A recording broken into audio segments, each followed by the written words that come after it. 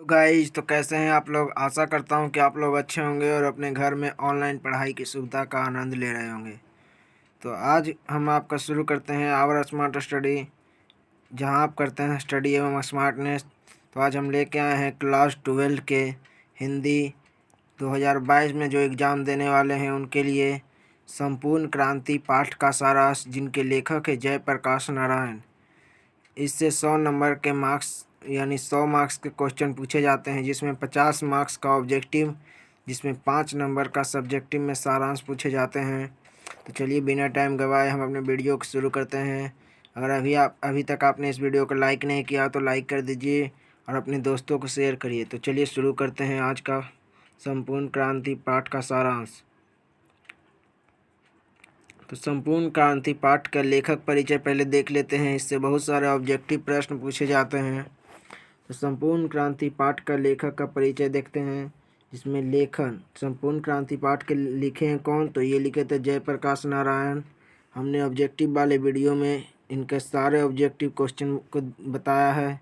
जो objective video नहीं देखे हैं तो वो डिस्क्रिप्शन में लिंक रहेगा, वहाँ से चाहे प्लेलिस्ट में जाकर संपूर्ण क्रांति पाठ का ऑब्जेक्टिव वीडियो ज़रूर देखिएगा।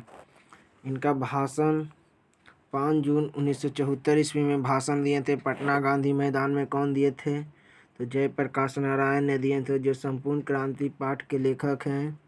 उनका जन्म हुआ था 11 अक्टूबर 1902 ईस्वी को। जन्म कब हुआ था जयप्रकाश नारायण का, तो उनका जन्म हुआ था 11 अक्टूबर 1902 ईस्वी को। उनका निधन हो गया था 8 अक्टूबर 1979 ईस्वी को। 1979 में उनका मृत्यु हो गया था। उनका जन्म हुआ था सितारा, यहाँ हुआ था सितवा दियार गांव में। कहाँ हुआ था, सिताब दियारा गांव में हुआ था उनका जन्म। किनका, जयप्रकाश नारायण जी का। जयप्रकाश नारायण के माता का नाम क्या था, तो उनकी माता का नाम था फूलरानी। तो उनके माता का नाम बहुत कम पूछते हैं, लेकिन उनकी पत्नी का नाम ज़रूर पूछते हैं। तो आप लोगों को ऑब्जेक्टिव वाले वीडियो में हमने बताया था। हमारा नेक्स्ट पॉइंट क्या रहा है, जयप्रकाश नारायण के माता फूलरानी थी। जयप्रकाश नारायण के पिता कौन थे, हर्षु दयाल थे। कौन थे, तो ये हर्षु दयाल थे जयप्रकाश नारायण के पिता। उनकी शिक्षा के बारे में, उनकी प्रारंभिक शिक्षा उन्हें घर पर ही मिली थी। आगे की शिक्षा के लिए पटना कॉलेजिएट गए थे। फिर 1922 में शिक्षा प्राप्ति के लिए अमेरिका गए। कहाँ गए थे, अमेरिका। माँ के अस्वस्थ कारण के पीएचडी नहीं कर पाए थे। माँ की अस्वस्थता के कारण पीएचडी की उपाधि नहीं कर पाए थे जयप्रकाश नारायण जी। उनका मूल निवास गुलेर नामक ग्राम, जिला कांगड़ा, हिमाचल प्रदेश है। अब हम कुछ जयप्रकाश नारायण की रचनाएं को देखते हैं। बने रहिए हमारे साथ। तो उनकी रचनाएं में था एक चिड़ा और एक चिड़ी की कहानी। ये कभी कभी ऑब्जेक्टिव में पूछा जाता है कि एक चिड़ा और एक चिड़ी की कहानी किनके द्वारा लिखी गई है, तो ये लिखा गया जयप्रकाश नारायण के द्वारा। आप लोगों को पता है। विफलता शोध की मंजिलें, ये भी लिखे हैं जयप्रकाश नारायण। विफलता शोध की मंजिलें। संपूर्ण क्रांति, जो अभी हम जिनका सारांश अभी हम देखने वाले हैं, वो लिखे हैं जयप्रकाश नारायण जी। आगे बढ़ते हैं, संपूर्ण क्रांति पाठ का सारांश देखेंगे। तो देखते हैं संपूर्ण क्रांति पाठ का सारांश, जो कि कौन लिखे हैं, तो ये लिखे हैं जयप्रकाश नारायण जी। कौन, जयप्रकाश नारायण। तो कह रहे हैं, प्रस्तुत पाठ में लोकनायक जयप्रकाश नारायण द्वारा, उन्हें प्यार से लोकनायक के उपाधि मिली थी, नाम से भी जाने जाते हैं। तो कह रहे हैं, प्रस्तुत पाठ में लोकनायक जयप्रकाश नारायण द्वारा दिए गए ऐतिहासिक भाषण, कैसा भाषण, ऐतिहासिक भाषण के एक अंग है, जिसे उन्होंने 5 जून 1974 को पटना के गांधी मैदान में दिया था। क्या दिए थे, तो भाषण दिए थे पटना के गांधी मैदान में। संपूर्ण भारत स्वतंत्र पुस्तिका के रूप में जन्म मुक्ति पटना से प्रकाशित है। कहाँ से प्रकाशित है, तो ये पटना से प्रकाशित है।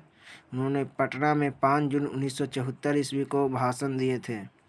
भाषण को सुनने के लिए लाखों की संख्या में लोग पूरे प्रदेश से आए थे, यानी पूरे राज्य से लाखों लोगों की भीड़ आई थी उनके भाषण को सुनने के लिए। किनकी, जयप्रकाश नारायण के। जिसमें युवाओं का बोलबाला था। यानी युवाओं का बोलबाला कहने का अर्थ युवाओं का बहुत सारे युवाएं आए थे। जयप्रकाश नारायण जी कहते हैं कि अगर दिनकर जी और रामवृक्ष बेनीपुरी जी होते तो उनकी कविता भारत के नव निर्माण के लिए क्रांति का कार्य करते, अर्थात युद्ध का काम करती। लेकिन वह आज हमारे बीच नहीं है। कौन नहीं है? तो रामवृक्ष बेनीपुरी और रामधनी सिंह दिन जी होते तो कविता भारत, लेकिन वो आज अभी बीच में नहीं है। कौन कौन नहीं है? तो दिनकर जी और रामवृक्ष बेनीपुरी। तो जयप्रकाश नारायण जी कहते हैं कि यह जिम्मेवारी मैंने मांग के नहीं लिया, मुझे यह जिम्मेदारी युवा पीढ़ी द्वारा सौंपी गई है। तो युवाओं लोग जयप्रकाश नारायण को सौंपे थे क्या? तो वो सौंपे थे जिम्मेदारी। वह कहते हैं कि मैं नाम का नेता नहीं बनूंगा। जयप्रकाश नारायण जी कहते हैं कि मैं नाम गिनाने के लिए नेता नहीं बनूंगा, मैं सबकी बात सुनूंगा और सबकी बातों का उनके आदेशानुसार काम करूंगा। लेकिन अंतिम फैसला मेरा होगा कि लेखक ने अपने परिवार की गरीबी के बावजूद अमेरिका में अपने बलबूते पर पढ़ाई की। कौन की? जयप्रकाश नारायण जी लेखक कह रहे हैं अपने परिवार की गरीबी के बावजूद अमेरिका में अपने बलबूते पर पढ़ाई की। आजकल के गरीब पीढ़ी अमेरिका जाने के बारे में सोचेंगे भी नहीं, लेकिन हमारी भूत की पीढ़ी, जो पहले की पीढ़ी थे, जो अमेरिका में जाके अपने बलबूते पर पढ़ाई किए थे तथा वापस आकर कांग्रेस में शामिल हुए। किस में शामिल हुए? कांग्रेस, जो आज हमारी एक पार्टी है, कांग्रेस पार्टी।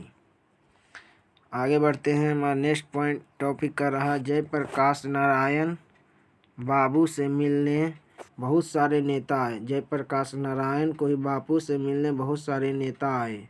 कौन आए? नेता आए थे, पॉलिटिशियन। और सब ने उन्हें एक तरफ लोकतंत्र की शिक्षा दी। कैसे शिक्षा? लोकतंत्र की। तो दूसरी तरफ लोगों ने जुलूस को रोका गया, जुलूस चल रहा था, उन्हें रोका गया।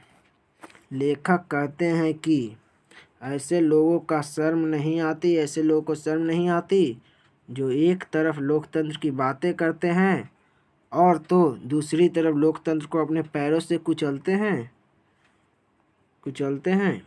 उनकी कहने का अर्थ है ऐसे लोगों को शर्म नहीं आती जो एक तरफ लोकतंत्र की बातें भी करते हैं और दूसरी तरफ लोकतंत्र को अपने पैरों से कुचलते हैं। ये था जयप्रकाश नारायण ने कहा थे। तो लेखक के कुछ मित्र, लेखक अर्थात जयप्रकाश नारायण के कुछ मित्र उनका और इंदिरा गांधी जी का मेल मिलाप करवाना चाहते थे। उनके मित्र इंदिरा गांधी और उनका अर्थात जयप्रकाश नारायण का मेल मिलाप करवाना चाहते थे। लेखक कहते हैं कि मेरा इंदिरा गांधी जी से व्यक्तिगत झगड़ा नहीं है। लेखक अर्थात जयप्रकाश नारायण जी कहते हैं कि मेरा इंदिरा गांधी जी से व्यक्तिगत झगड़ा नहीं है, बल्कि उनकी गलत नीतियों से मेरा झगड़ा है।